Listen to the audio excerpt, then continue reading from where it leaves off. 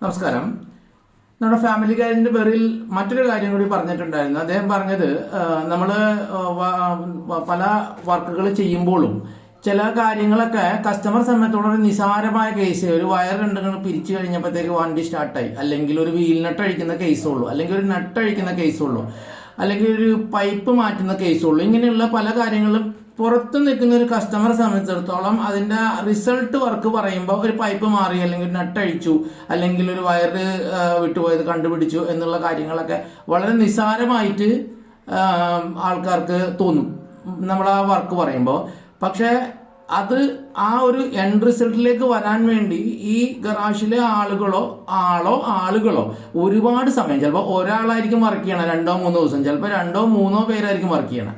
അപ്പൊ ഈ 3 പേര് വർക്ക് ചെയ്യുമ്പോഴത്തേക്കാൾ ഈ 3 പേരുടെ വർക്ക് ടൈമിലാണ് അതിൽ പോകുന്നത്.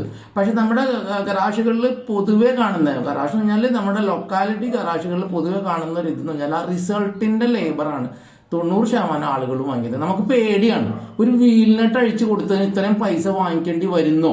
ചിലപ്പോൾ ആ വീൽ നട്ട് അഴിക്കാൻ വേണ്ടിയിട്ട് നമ്മൾ 3 ബോക്സും 2 ലിവറും പൊട്ടിച്ചിട്ടുണ്ടാവും, അത്രയും ബുദ്ധിമുട്ടുണ്ടാവും. അല്ലെങ്കിൽ നമ്മുടെ എയർ ഗണ്ണ് ചിലപ്പോൾ ഒരു 20 മിനിറ്റോ 30 മിനിറ്റോ ഒക്കെ വർക്ക് ചെയ്തിട്ടുണ്ടാകാം, കംപ്രസർ, ഇങ്ങനെയൊക്കെ എല്ലാം ഇതും വരുന്നുണ്ട്.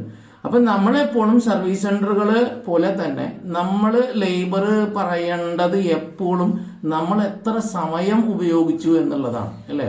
ഒരു ടെക്നീഷ്യന് നമ്മളൊരു ദിവസം 1000 രൂപ കൊടുക്കണമെങ്കിൽ അവൻ്റെ ഒരു മിനിറ്റിന്റെ വില എന്ന് പറഞ്ഞു കഴിഞ്ഞാൽ 8×60 അത്രയും ഇതാണ്. ആ കാൽക്കുലേഷൻ 1 മിനിറ്റിന്റെ വില വെച്ചിട്ട് തന്നെയാണ് കണക്കാക്കി പോകുന്നത് എല്ലാവരും. ആ ഒരു ഇതിൽ പറയുന്നതിന് നമുക്ക് യാതൊരു ഭീതി വരണ്ട. 3 ദിവസത്തെ വർക്കിന് 3 ദിവസത്തെ വർക്ക്, കസ്റ്റമർക്ക് വളരെ സന്തോഷമായി അദ്ദേഹം അതിൽ കൂടുതൽ പേ ചെയ്തിട്ട് പോയി. അല്ലാതെ വരുന്ന കസ്റ്റമേഴ്സ് ഉണ്ടാവും, ഇങ്ങനെ ഒരു നട്ട് അയച്ചാൽ ഇങ്ങനെയാണോ രൂപം എന്ന് പറഞ്ഞാൽ നിങ്ങൾ മനസ്സിലാക്കുക, നിങ്ങളുടെ സർവീസ് അവന് ആവശ്യമില്ലായിരുന്നു. അപ്പൊ അങ്ങനെ സർവീസ് ആവശ്യമില്ലാത്ത ആളുകൾക്ക് സർവീസ് കൊടുക്കുമ്പോഴാണ് നമുക്ക് ആവശ്യമില്ലാത്ത ഈ തലവേദനകൾ മുഴുവൻ വരുന്നത്. അത് നമ്മൾ മനസ്സിലാക്കണം.